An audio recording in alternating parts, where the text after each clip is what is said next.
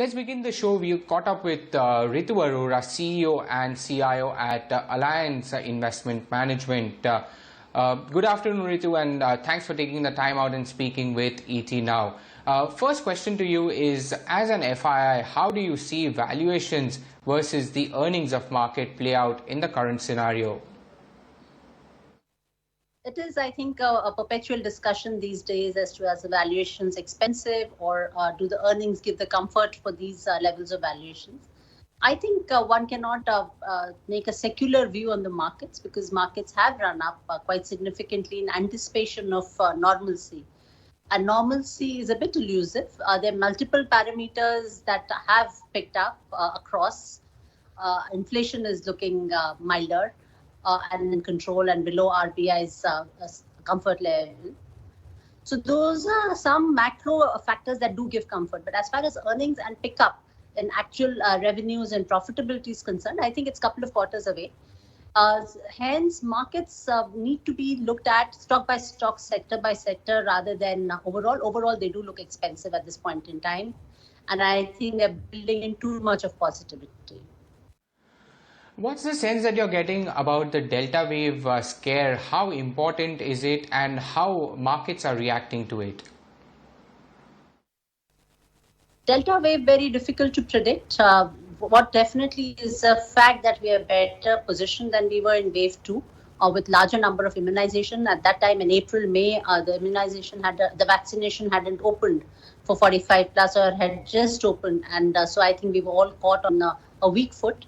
So I think as an economy, as a country, as a demography, we are better placed. But across the world, when you see, it is clearly not sufficient. And despite vaccination, there are rampant increases in numbers, be it Israel, be it UK, etc.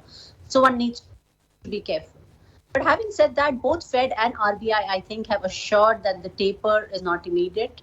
While they will, even Fed has said that while they will stop building in further liquidity in the market, they are not looking at increasing interest rates immediately. And I think RBI has also taken solace from the fact that inflation is within control.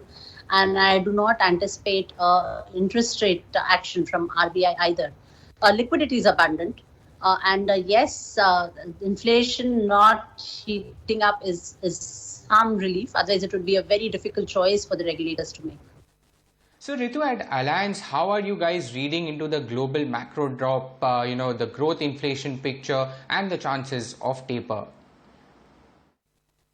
Our understanding of inflation was that it would be transitory. We now don't think it is transitory, but it would still not be very resilient either. So inflation in current shape and form is probably likely to continue for next couple of quarters. We see the road a bit bumpy ahead, both for fixed income and equity markets globally. Within Asia, I think India remains a sweet spot because of all the multiple factors, demographics included, the economy, the democracy. And I think of late, China has made quite a few significant policy pivots, which have shaken the confidence of capital markets as well as investors. There, I hope India stands to gain. And Asia allocations, etc., start favoring India even more than they did in past.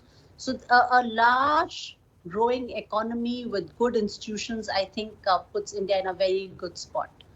In terms of growth estimates, I would concur with the consensus growth estimate of about 9% for a current financial year and about 6.5% next year. I would tend to concur with that.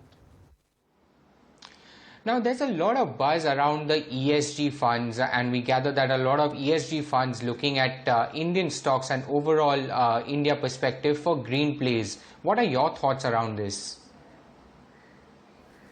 ESG is a big reshift in market, and I think globally it has become a very important criteria for selection of any investment. For Allianz, it is very significant, and we are committed to United Nations Asset Owners Alliance, which means all our investment portfolios, ESG is a very important criteria in evaluation and selection.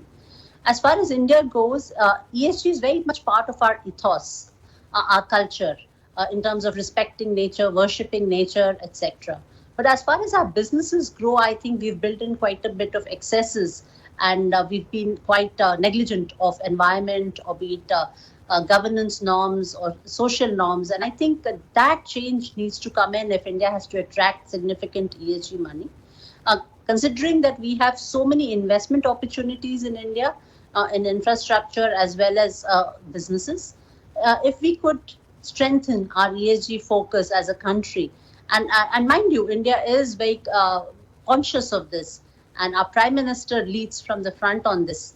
And we are making significant investments and commitments towards renewable energy. India is the only country in Asia which is on track on Paris Agreement and commitments of Paris Agreement. So there are a lot of those positives, but I think business need to come in step with this reality also, and reconfigure their business models to be more sustainable.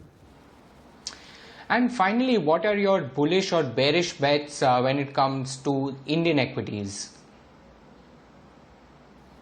Sure. I would think that even within sectors that I speak, a lot of discerning is required, because they're strong as well as not so strong players now. And as if the going gets tough, then the differentiation becomes very stark. But as sectors, I quite still like BFSI. It is aligned with Indian growth story. It is benefiting from the liquidity in the market. It is benefiting from the growing middle class. So all segments of be it banking, be it insurance. So BFSI as a sector, I'm very positive about for India. I also am quite excited about IT sector, and not necessarily just the large IT companies, but the host of businesses around IT, because IT and the fact that technology will have to enable our working environments will significantly change the way we function, do things, order, buy, pay. So in all aspects, IT is impacting the way we live our lives. So IT is a sector I'm quite committed to. Capital goods and infrastructure will remain important for India. At this point, they've run up recently. So one might need to pause before making fresh investments, but those two sectors are also quite attractive. And metals to support that. But like I said, one needs to be careful. It's not as if one could just invest in these sectors at these valuations blindly at this point. Thanks a lot, Ritu, for taking the time out and speaking with ET Now.